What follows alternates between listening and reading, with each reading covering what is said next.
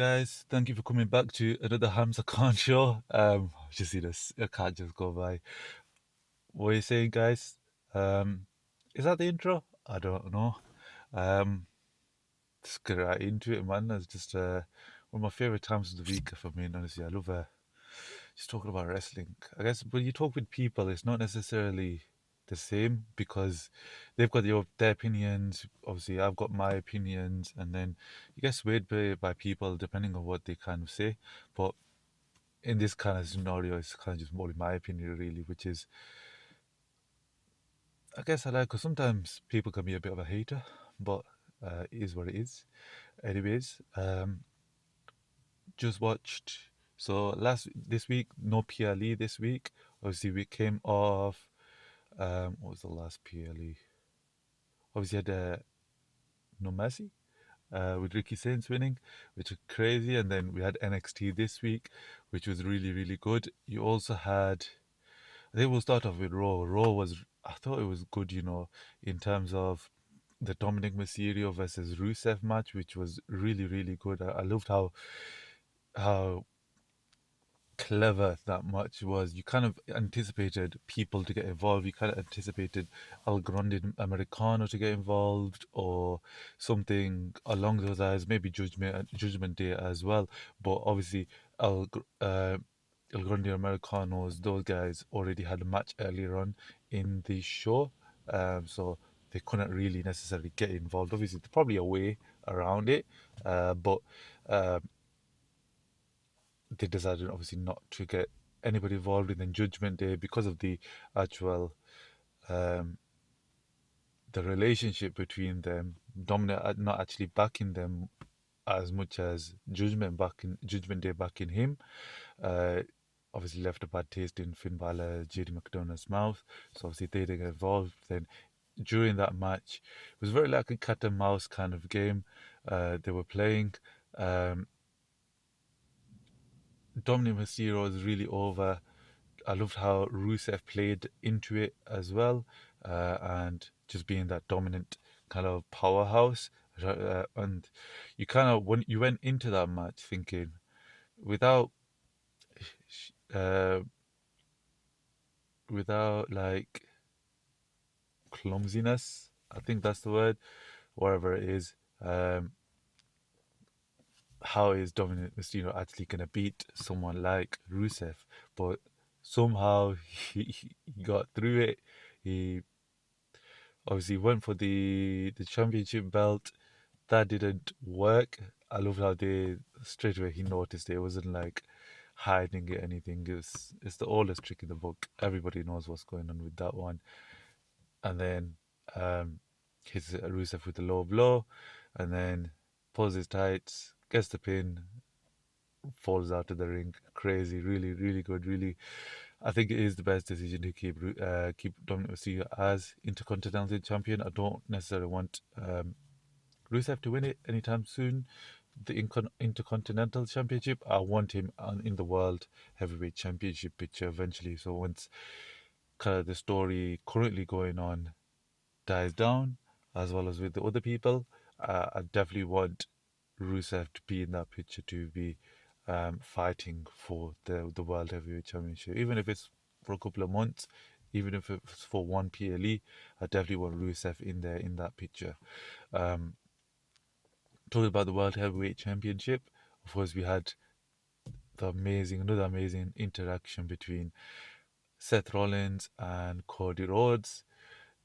I've replayed that over and over in my head, especially when you think about what happened in on SmackDown and how Cody Rhodes kind of played Seth Rollins again, and I just loved their relationship. Obviously, they were friends. No matter what Seth Rollins says, that he was never friends, that he was only a means to an end.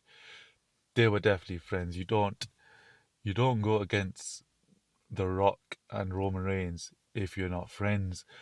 But I love how they're playing into the fact that Seth Rollins has never beaten Cody Rhodes.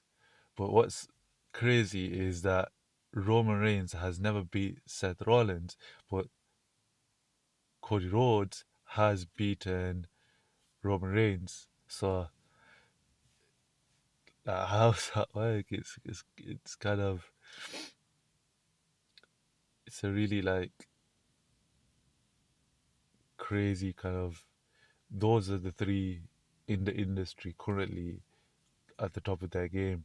Obviously, in that generation, I count CM Punk and like Randy Orton, John Cena, those guys in their own generation. With this generation, those three are the kind of leaders currently in WWE. Probably some people are missing off, but definitely those three. And I love how. So if Cody has beaten Seth, Seth has beaten Roman. Roman's never been able to beat. Seth has never been able to beat Cody. Roman has never been able to beat Seth, uh, but Roman has beaten Cody. Obviously, Cody did win eventually, but that was Cody with John Cena, Undertaker, Jey Uso. Who else got involved in that match? All of those guys just to beat Roman Reigns. So I count it as a win, but mm, I count WrestleMania 39 more as a win for Roman Reigns. But that like relationship between those guys. I'm interested to see what happens on going into Raw with because Roman Reigns is going to be on Raw. So it's going to be very interesting to see whether he acknowledges Seth Rollins or if he only focuses on the Braun Bronze. Obviously, we had Braun Breaker and Bronson Reed versus the Usos, that Tornado Tag Team match, and it is the parallels are kind of crazy because what happened in that match was a heelish tactic. It wasn't a babyface. Babyfaces don't win in that format. As per what happened on SmackDown in the main event, where Seth Rollins got involved, curb stomped Randy Orton, Bronson Reed got the pin. So that is exactly what happened in the main event of Raw. Roman Reigns got involved and then basically won the match for the Usos. Obviously, the caveat between those two is that tag team match on Raw is no disqualification, but comparison to actually the match on SmackDown, you can't get disqualified. It's just a normal tag team match. So I guess that does necessarily come into play, but it's definitely interesting to see why certain things happened in that kind of scenario. Of course, we had Roman Reigns come out to help Braun Breaker and Bronson Reed, and then the interaction at the end of the match with Jey Uso and um, Roman Reigns, and Jimmy Uso looking in the background like, "What about me?" I definitely think my feeling is coming up in Raw on Raw, Roman Reigns will acknowledge Jey Uso as a future tribal chief. That's what he's gonna put on the label for um, Jey Uso. I think Jimmy will come out and he might have to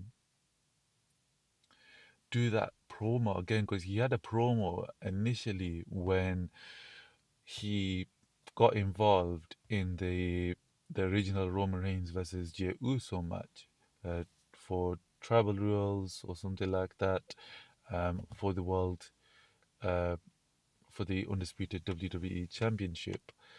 So obviously Jimmy got involved, and then after that, the reason why he said he said because he didn't want Jey to become like Roman.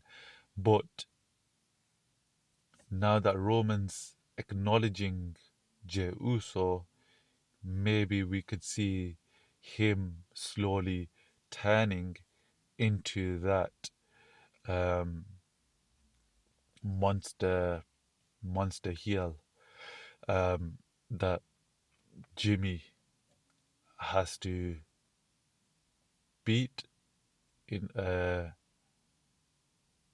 yeah, so like Jimmy has to overcome.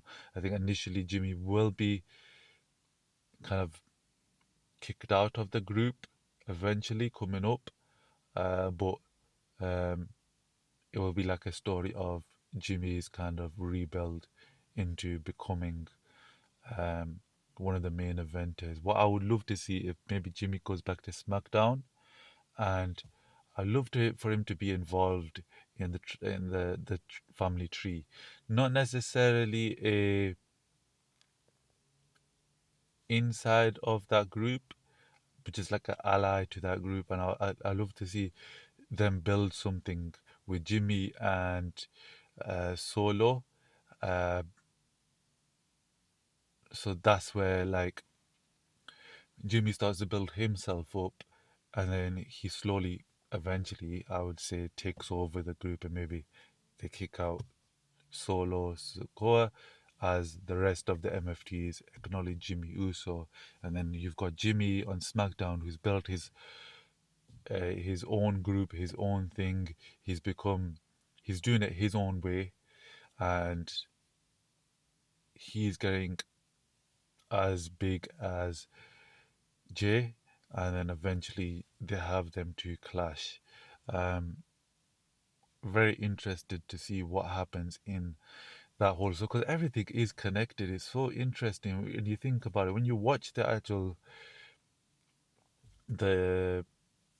the shows, you don't necessarily think about it straight away, but everything has a link. Everything has something to do with someone else um, in that whole story. So it's not necessarily. It's like it's been said before. Bloodline story is has ended, but it's offshooted so many different stories, which is all interconnected, which is just an offshoot of the Bloodline story. It's not necessarily just the Bloodline story, it's everybody's story. Because of how big and impactful the Bloodline story was, it's led to so many kind of dominoes to fall over, and so many people are involved, so many people are linked together. It's like Jacob Fatu and Drew McIntyre, they're involved in some sort of way. Drew McIntyre with Cody and complaining after that match, and then obviously Jacob Fatu being a Bloodline member, leaving the MFTs and now going off in his own to build his own self up to that caliber of a WWE World Champion or WWE um, Heavyweight Champion. I liked how Cody acknowledged it as the WWE Undisputed Championship. I think a couple of times before then, it's just been referred to as the WWE Championship, not the Undisputed one. I don't mind necessarily the Universal not being in there anymore. It's fine. I definitely think they should still acknowledge the Undisputed as that champion being the Undisputed one, not the WWE one. Because it has history. If Roman Reigns wins it again, it's a it's the undisputed one still. It'll always be the undisputed one, especially just because of how impactful that run was. It's so difficult.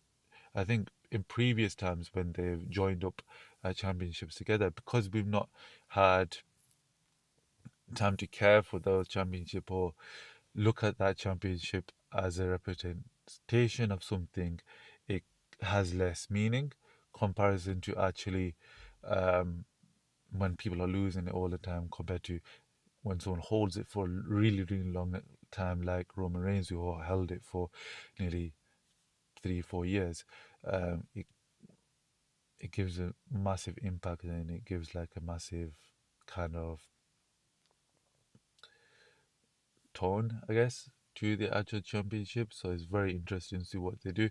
I feel like going into Perth, it's going to be very interesting to see what is Roman Reigns going to be doing in the show. I could very well see a Roman Reigns Uso triple threat, not triple threat, sorry, 3-man tag versus Braun Breaker, Bronson Reed, and then um, a mystery opponent. Because if we do it like that, you can kind of erase the involvement with um, Bron in the actual main event with Cody and um, Rollins, so that Rollins has to overcome Cody alone. Maybe with a bit of shithousery, he may have to, um, like chairs, so and so, whatever it may be. However, I've had like a fun idea of him punching, like brass knuckles. Instead of having brass knuckles, he hits Cody Rhodes with his Rolex watch. And that's what beats um that's what causes him to actually win against Cody Rhodes. I feel like that would be so Cody Rhodes that the gift that he gave to Seth Rollins is the thing that caused him to lose at Crown Jewel. He lost the Crown Jewel Championship. So I feel like that is super like interesting idea that I think would be really good. Um, on the other side of that, things to mention: Sami Zayn is cooking.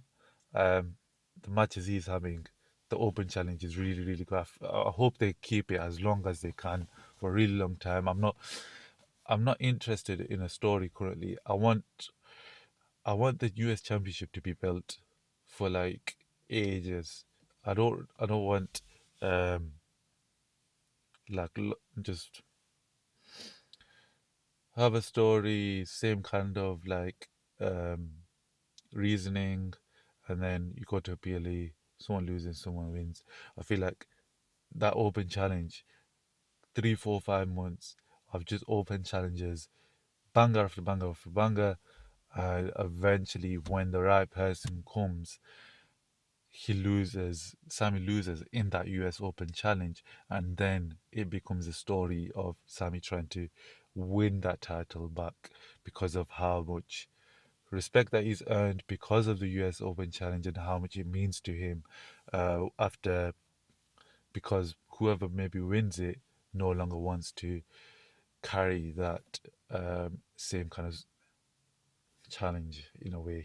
They want to do their own thing, and that's Sammy try and win back, and that could be a very interesting story rather than someone coming involved now. We don't have a US Championship Open Challenge for a while, and then eventually he goes back to it and puts it off. I like it how it is currently. Um, try to think of anything else to mention. There's lots of things that's gone on that were really good that I thought were very interesting. Um, obviously I've heard the idea of just going back to what I initially started with Roman Reigns and Jey Uso and those sort of guys.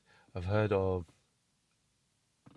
Jey Uso maybe being the person to face John Cena in his final match. I feel like that could be so so interesting, and there could be so much involved in that. If he wins, it's massive for him. If he loses, it's fuel going forwards in his quest to that World Heavyweight Championship. So you've got two massive storylines going into it, and you're not necessarily um, boxed off into one kind of group. Because if you go into the final match as Jay as still as a good guy but unsure, you can have the kind of he loses to John Cena, he shakes his hand, he has a pissed off face, he leaves, and you can build off that. If he wins against John Cena, shakes his hand, maybe over celebrates, and then leaves, and then you've still got because people will still be happy for Jey Uso winning, and then you'll be able to have the retirement for John Cena at the end. which will be very sad. It's only like I think 4 matches left. Um, we've got talking about John Cena. We've got it's been announced, confirmed. AJ Styles versus John Cena, which I've heard people that have complained about it, but I think that's gonna be a banger. I don't, especially after the Brock Lesnar match. I'm kind of done with Brock Lesnar. I don't care what he's doing really. Um, he he's sick. He's a sick character. Don't get me wrong, but there's no story. I guess it doesn't give off story vibes. But anyways, AJ Styles, John Cena. It's gonna be a classic. It's gonna be a banger. Um, I just want to see what happens in that one. That's gonna be super super interesting. Um, you had the on Raw. You had the EOS guy and the um, Rhea Ripley versus the Kabuki Warriors match be announced. I'm very interested in how that goes about. I did kind of predict it that that's what they were going to go with, but it's interesting to see what happens on Raw and how maybe they go into it with Rhea and Io not necessarily being on the exact same page, which causes them to be able to beat the Kabuki Warriors going into Perth. But you can also go it the other way because you've got Kairi Sane there who'll be able to take the pinfall if you want Rhea Ripley and Io Sky to be triumphant. But if you're building that super heel in Asuka, I feel like you want them going off a win. But the person to pin is interesting because if you do you pin Rhea in her hometown, and that will piss a lot of people off and make Asuka even more major heel, or do you you make Io take the pin um, by Asuka, and because if you go with Io taking the pin from Asuka, it does definitely deflate that future match between them one on one. You can have some like shithousery in the middle that maybe makes it less of a loss, but it's definitely interesting to see what they do going forwards in that. NXT, sick show. That's all I've got to really say about NXT. I did think Oba wasn't gonna be um, in the match against the guys. I feel like the team that they built makes sense on both sides. Um, I'm very interested in that match. It's gonna be very very good. Um, I was a bit kind of not sad, but disappointed that it's only gonna be a traditional Survivor Series tag team match. But we've not seen one of those in a long time, so it's not the worst and it's not the end of the world if it is that. Just a lot of tag team matches. Kind of that's their kind of thing. What do you have in the main event? Tag team match. Tag team match. It's what it is. Is what it is. Is what it is. Um, was very very. I think it's gonna be the match of the night. I think a lot of people are looking at that State versus is it Dog State versus Hardy Boys match. I think it's going to be very. People are looking at that. I think the people when it goes into that match, it won't be the people with the tag team championships. The two people that have the tag team NXT championships in Dog State, they won't hold on to it. It'll be the other two guys who actually have the match and end up beating the Hardy Boys, taking the NXT tag team championships, and then you go into because you got the uh, Dudley Boys versus Hardy match. That doesn't need the championship, I would say. That's just a heavy match in itself, heavyweight match in itself. So you don't need a tag team in that, the championship in that, and you can give off the actual, give someone else in TNA the opportunity to actually beat Darkseid for the TNA championships again. Um, I think in that Survivor Series match, it's going to be very interesting to see what Trick Williams does. He's very sick. I like him. And then, as I was saying before, I lost track. The Mustafa Ali versus Ethan Page. Man, when Mustafa Ali came out, his promo was sick. It referred to the past. It built up this match, and it fit so well into his character now, and it fit so well with Ethan Page. I wish we had 3 weeks to build this because it would be such a sick build between them.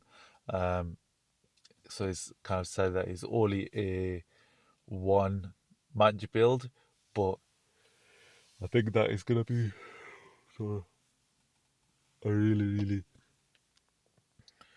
sick match of the night is my guess with that fight. Um, Other side of things, apart from WWE, we've got football. Um, Man United won. Surprise, surprise. I don't know how we won. We just about won, but I'm up there. Um, Mason Mount, MM7, classic. He scored. Cold goal as well. And then Sesko scored, I believe it was a header. Um, Happy. Amrin looks sick in the tracksuit, so I took interest in that. But other than that, it was positives all around that we actually won that match against. Who were we against? I think it's Sunderland. It was who were facing, but good match overall. Um, Nothing else really to talk about apart from. So I did have my One Piece packs are finished, so I've ordered some more. But this time we've got a match attacks pack. Look at this.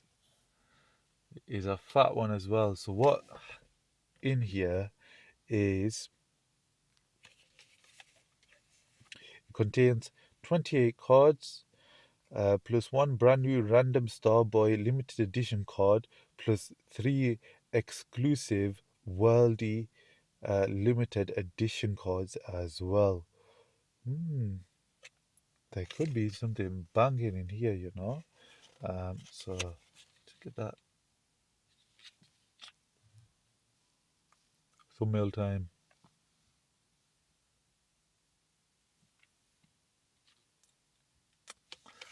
Sorry about that. We're gonna rip this open. See what we get. If I get something good, I might have to buy it again. It's weird that you've got the match attack sign there, but then on this side, it's the wrong way around. Let's get this opened. Ooh, it's packs. It's packs. Oh, you've got 1, 2,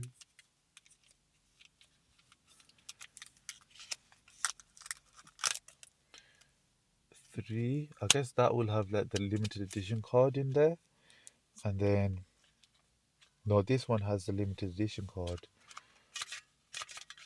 Hard to get it out of the box. Just had a seagull. Let's get this out, man. And then a promotional pack as well. So I think what I'll do is we'll leave this one sealed.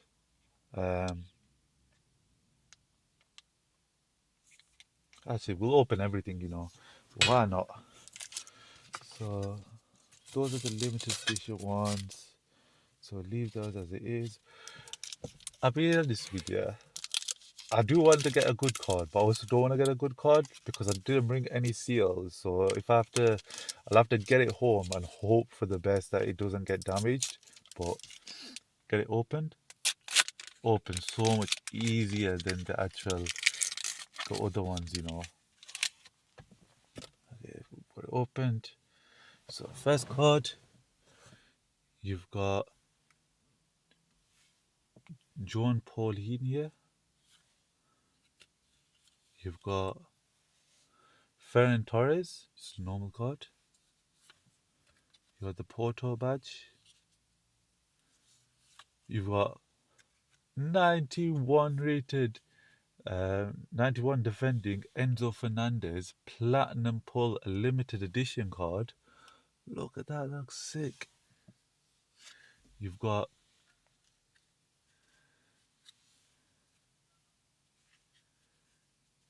Danny Olmo Topps Heritage card. So that's like the old design, you know. You've got Counter Attacked Erling Haaland. You've got these cards are so nice, you know. You got Man of the Match wildcard Emre Chan.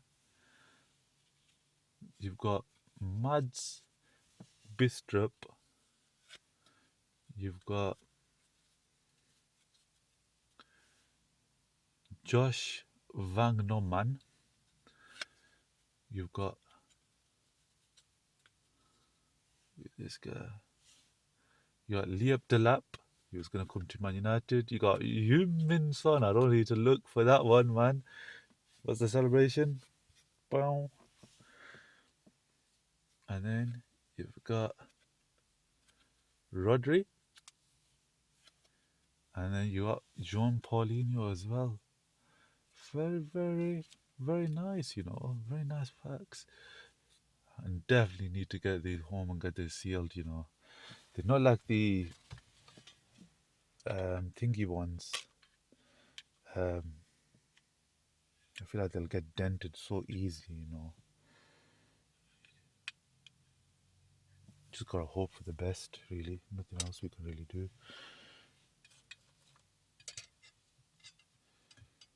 Actually, I think if I put them back into here,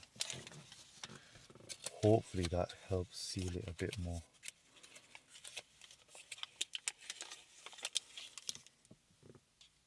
Hopefully that protects him a little bit more. Next one. Hopefully I'm opening it in the right way.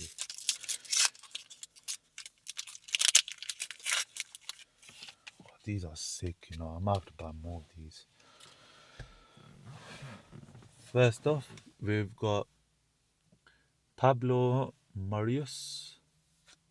You've got what's his name? That Italian guy, Bastoni. We've got Andre Frank Zambo. Cold. You got a card that's the wrong way around. Oh, stealth striker. Phil Foden. That looks sick, you know. Look at that.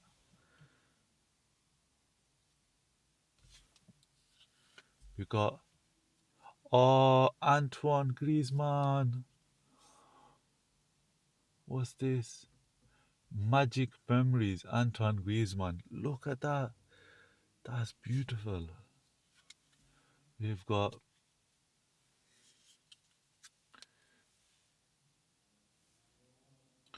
Pau Torres. You got Ryan Gravenberch. All action hero. Look at that. That's so nice. And then we've got Ola and Nia. We've got Luis Diaz. Ardagula. You got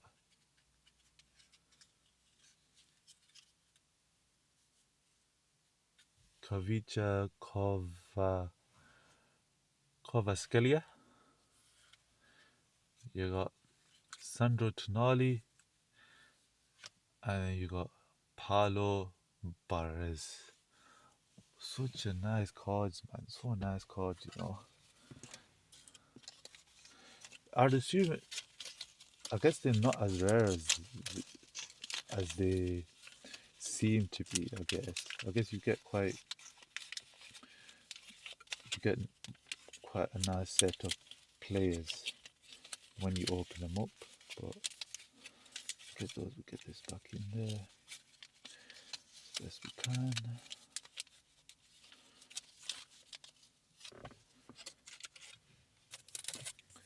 We'll leave that one till the end. Got this one. This one's a thinner one. So what's in here? A promotional pack included one limited edition card.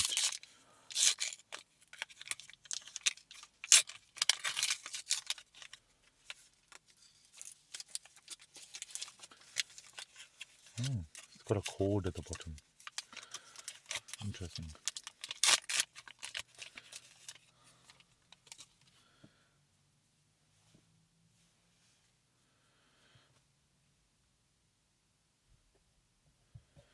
It just says Champions League final. I guess that's like it's probably like one of those cards that you get an opportunity. I'll just flip it over. Win a pair of tickets to the Champions final. Scan the QR code, complete our survey. Survey is all available for residents in.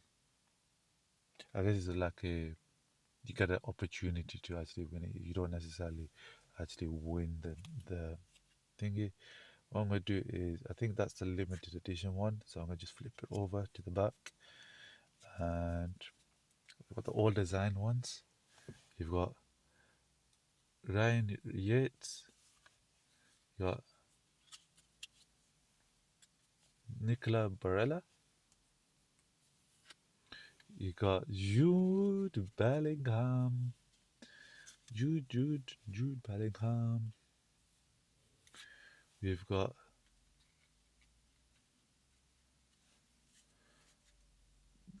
Guillermo Vicario, Spurs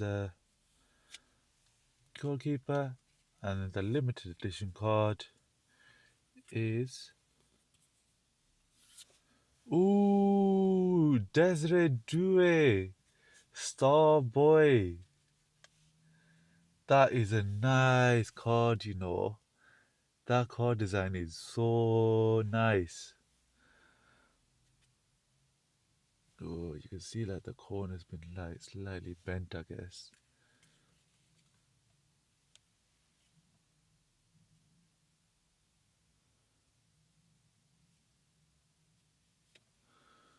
But still really, really nice card, you know.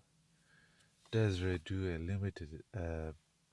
limited edition Starboy, man. Very, very nice. I wish I bought all my thingies now, you know.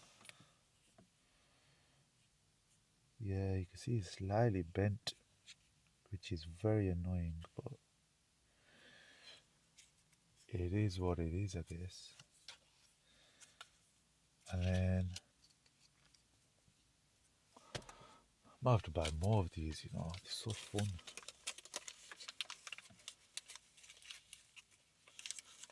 Seal that in there. Hope for the best. And then the final one.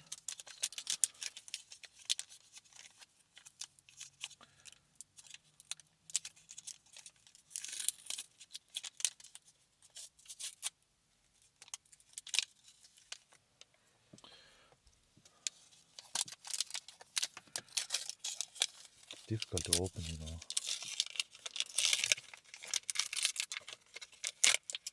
Oh, there's multiple. I thought there was only one, you know.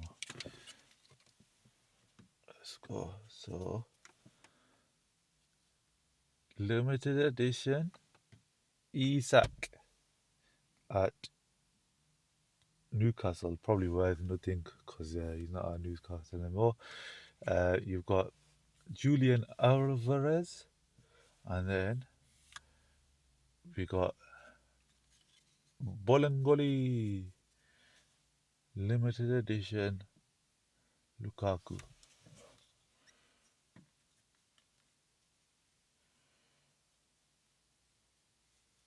Price, not the best. But that Desiree Doué was very nice though.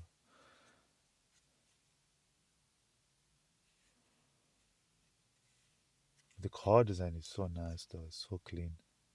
I guess between those three, Julian Alvarez is probably the best one. Yeah.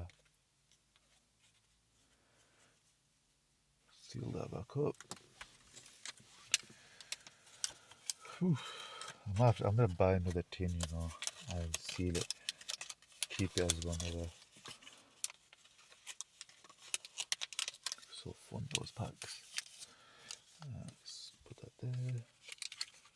Now we just hope that they get home fine and we can seal them back best we can. Anyways, thank you guys for watching. Leave a like if it was good, leave a dislike if it was bad. Peace.